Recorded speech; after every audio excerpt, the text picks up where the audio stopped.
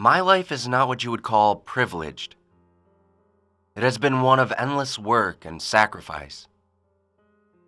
Born into a life of slavery, my life has never truly been my own. My time has always been dictated by others. When to eat, when to sleep, when to rise and when to rest. Very little of my day could I ever call my own. Still, it could be worse. I'm far more fortunate than others. The bastard child of a pharaoh and his handmaiden, my life has been afforded more luxury than most in my station.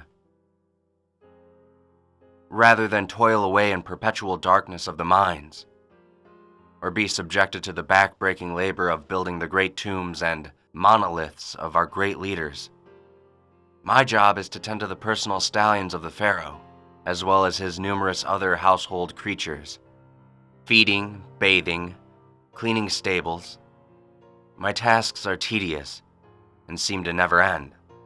Yet I remind myself that it could always be worse. If that should fail to brighten my spirits, I have but to look down the palace walls at the thousands of souls struggling to survive each day as the slave master cracks his whip. My father has never publicly acknowledged that he and I share the same blood. Yet I believe he knows. He has always shown far more mercy to me than any other, ignored many of my smaller transgressions. Often I would find him wandering the stables during my routine time to tend to them. We would converse for lengths of time, forming something akin to a relationship. Something I never witnessed him do with any other servant in all my years in the palace. As I aged, more of my father's face began to show in mine. I never boasted to any others who my father was for fear of reprisal, but by the age of 12 it was practically undeniable.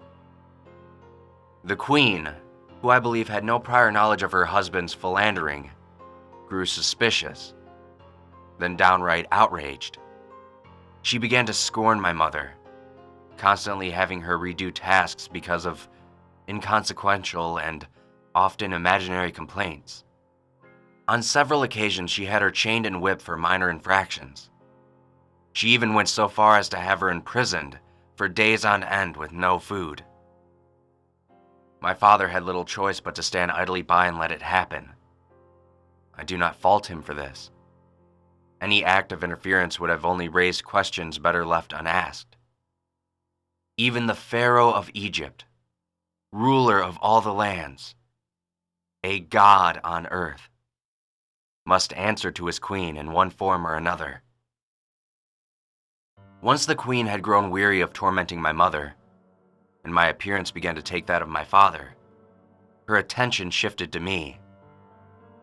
Scorned though she was, I believe the queen had a heart because she was not as vindictive towards me as she had been to my mother.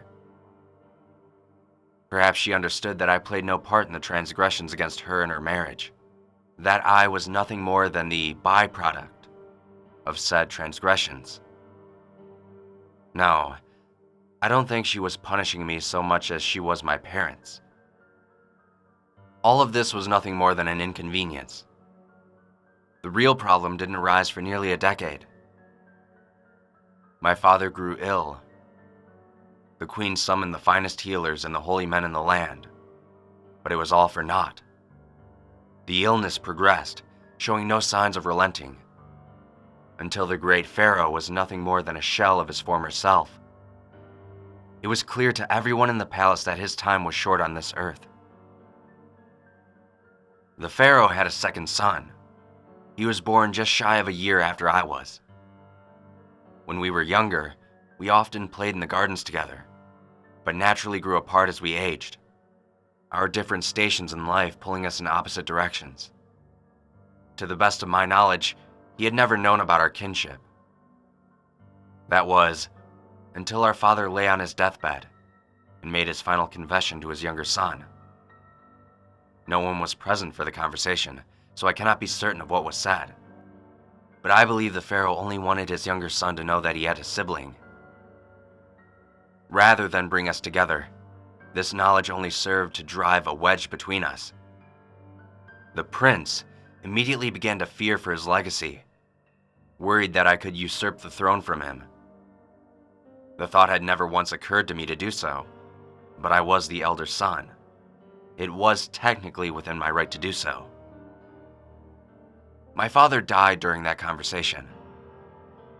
At the time, I thought nothing of it, but recent events had given me cause to reconsider. I am certain that my younger brother killed our king, ending his life before he could tell anyone else. Our pharaoh was laid to rest days later in his glittering sarcophagus, bound tightly in ceremonial bandages. As he was placed in his tomb among the riches with which to pay for his trip into the afterlife, and several felines to lead him to it, the new pharaoh, my brother, decreed that as his most trusted and faithful servant, I had been chosen to accompany the deceased into the afterlife to better serve him there. All the masses of Egypt cheered, overjoyed at the honor bestowed upon me. Accompanied into the tomb by several guards, I was beaten mercilessly. Barely conscious, I could do nothing but watch through blurred vision as the tomb was sealed, the light becoming nothing more than a sliver before disappearing entirely. I was terrified, but I'd be lying if I denied that the idea of eternity with my father in paradise was appealing. We could finally be together as father and son, not merely king and servant. We would be able to say all the things we were unable to say before.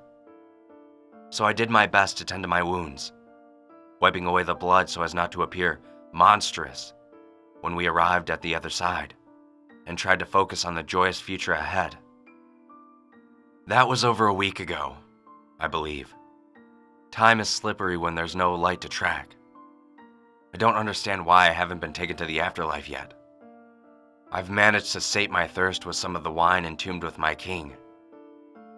I held off as long as I could, but the wait for the afterlife has taken far longer than I ever imagined it would. I pray to the gods that my father will understand and be forgiving when I see him next. Hunger is a pressing matter, though. Searching as best I could, groping blindly in the abysmal black, I was unable to find any food. My stomach pains me so. My body is growing weaker by the hour. I fear that if Anubis does not arrive soon, it will be too late for me.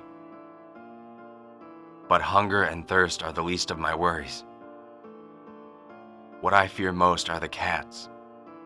Left without food, their primal nature is beginning to reemerge.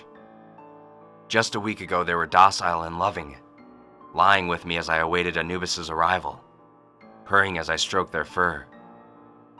Now I fear sleep, for I have awoken to the painful bites in my slumber. They have the scent of my blood, the aroma of meat from my open wounds. I can feel them waiting, somewhere in the darkness. They watch my every movement, looking for a moment of weakness, waiting to pounce. I can hear them, licking their chops eagerly, the near silent padding of their footfalls as they circle me, edging in closer, waiting for my hunger to leave me so weak, I won't be able to fend them off any longer. Then they will feast. Their growls are drawing closer to me, the menace ringing clear. Please, Anubis, I hope you hurry.